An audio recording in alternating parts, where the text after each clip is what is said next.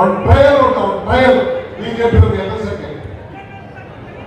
ನೀನು ನಿನ್ನ ಅಸ್ತಿತ್ವಕ್ಕೋಸ್ಕರ ಬರೀ 19 ಸೀಟ್ ಬಂತು ನಿನ್ನ ಅಧ್ಯಕ್ಷತೆಯಲ್ಲಿ.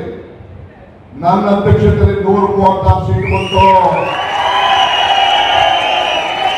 ನೀನು ಹೋಗಿ ಜನತಾದಳದವರು hit and run blackmail Kumaraswamy, hit and run Kumaraswamy ನೀನು ಎಲ್ಲಾನು ಎದುರಿಸಕ್ಕೆ ಆ ಬಿಜೆಪಿ ಅವರು ಎದುರಿಸಕ್ ಹೋದ. ಆ ಜಿ ಡಿ ದೇವೇಗೌಡರಿಗೆಲ್ಲ ಸ್ಟೇಟ್ಮೆಂಟ್, ಮಗನಿಗೆಲ್ಲ ಸ್ಟೇಟ್ಮೆಂಟ್, ನೀನು ಸ್ಟೇಟ್ಮೆಂಟ್. ಯಾಕೆ ಬರಲ್ಲ ಅಂತ ಹೇಳಿದ್ರೆ ಯಾಕೆ ನಡೀತಾ ಇದೆ?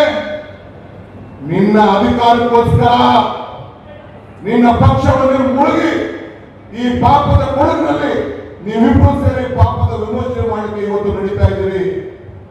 ಇದು ರಾಜ್ಯದ ಜನತೆ ಇವತ್ತು ನೋಡ್ತಾ ಇದ್ದಾರೆ.